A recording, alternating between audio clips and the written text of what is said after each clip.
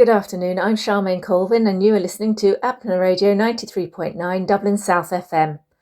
On India this week, India could be one of the biggest beneficiaries of a tentative US rethink on Iranian oil, as Washington weighs options to ease pressure on strained global energy markets.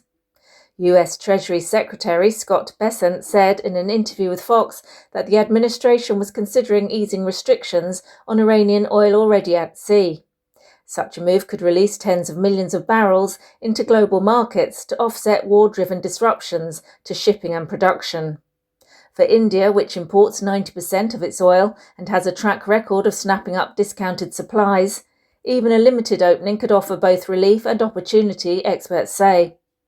Bessent floated the idea as a way to ease tightening global supply amid war-driven disruptions to shipping and production. If pursued, it would mark a striking and uncertain reversal of long-standing US policy. By allowing Iranian cargo currently on water, he put the figure at about 140 million barrels to reach buyers. US hopes to ease supply tightness and temper prices, if only for 10 to 14 days. At the moment, China is the main buyer of oil from Iran. It is not clear how the oil at sea will be sold, but Asian consumers, including India, Japan and Malaysia, may benefit, Bessent said. India could sit at the centre of this recalibration. More than 60% of its crude imports come from the Gulf, primarily Iraq, Saudi Arabia, Kuwait and the UAE. Half of these imports travel through the Strait of Hormuz, the narrow Gulf choke point now effectively closed by the conflict.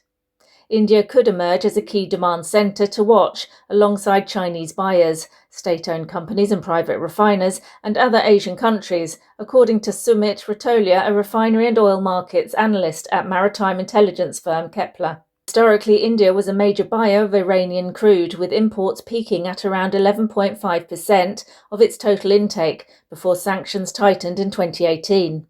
Iranian light and heavy grades of crude oil were well suited to Indian refineries and often came with favourable pricing and payment terms. Those flows halted in 2019, replaced first by Middle Eastern and American crude and later by deeply discounted Russian barrels after the Ukraine war reshaped global trade.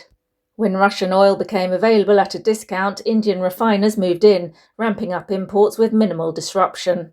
Analysts now argue that a similar dynamic could play out if Iranian barrels re-enter the market. The majority of factories in Morbi, India's ceramics hub in the western state of Gujarat, have shut down for nearly a month due to gas shortages triggered by the Iran war, according to local Manufacturers Association.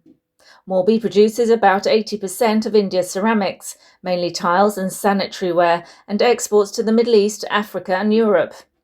Manufacturers say they halted operations on Tuesday after supplies of propane and natural gas, key fuels for ceramics production, were squeezed. India's ceramics industry is estimated to be worth about $8.1 billion, with Morbi at its core. The shutdown has hit around 400,000 workers linked to the sector.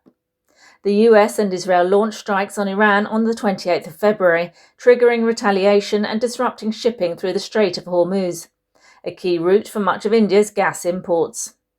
Since Monday, 3 Indian flagships, 2 carrying liquefied petroleum gas and 1 crude oil, have reached Gujarat via the conflict-hit strait, but around 21 vessels remain stalled in the region. Foreign Minister S. Jaishankar has said he hopes talks with Iran will ease the disruption. As an immediate measure, the government has directed that households in key sectors, like healthcare and agriculture, be prioritised for gas distribution. An Indian man whose life support was removed after the Supreme Court accepted his parents' plea to do so has died. Harish Rana's case is the first instance of court-approved passive euthanasia, the act of withdrawing or withholding life-sustaining treatment in India. Rana, 31, died on Tuesday at the Al India Institute of Medical Sciences hospital in Delhi, where he had been receiving palliative care after his life support was withdrawn. Rana has been in a coma since 2013, when he suffered serious head injuries after falling from a 4th-floor balcony. He was an engineering student at the time. Before his accident, Rana hadn't made a will specifying directives for his treatment if he lost his ability to make decisions. Also called a living will, this legal document allows anyone over 18 years to choose the medical care they would like to receive if they develop a terminal illness or condition with no hope of recovery. On the 11th of March, the Supreme Court noted that Rana was not responding to treatment and asked medical boards to exercise clinical judgment. He was then moved from his house to the palliative care unit at AIMS, where he died. After Rana's death, the family's lawyer told the Indian Express newspaper that the case would set a precedent in India. There are many such patients across the country, he said. Indian singer-composer Zubin Garg's drowning last year in Singapore was accidental, and there is no evidence of foul play, a coroner's inquiry has found. Garg, 52, died on the 19th of September after drowning in the sea off Singapore's coast. The inquiry report says he was intoxicated at the time of the incident.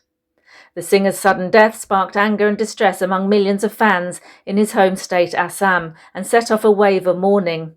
It also became a politically charged issue, with Assam's Chief Minister Himanta Biswa Sarma calling it plain and simple murder. He hasn't offered any evidence to support his allegation, but 7 people arrested in connection with the case remain in custody.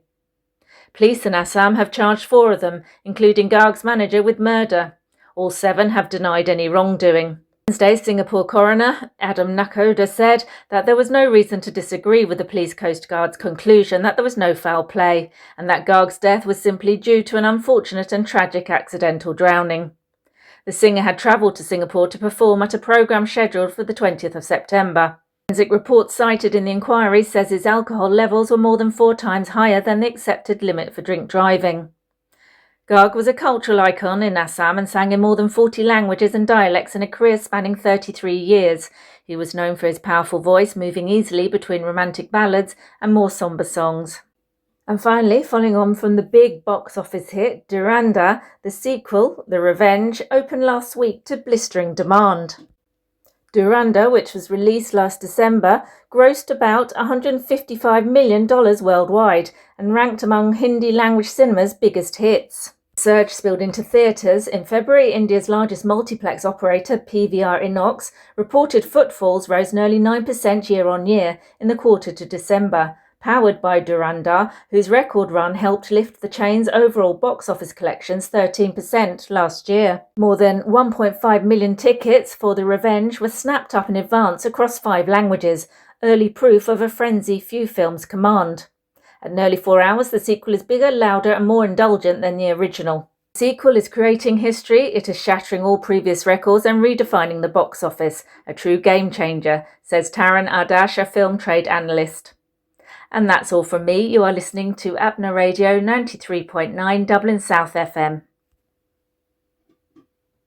Everything's fine on 93.9 Dublin South FM.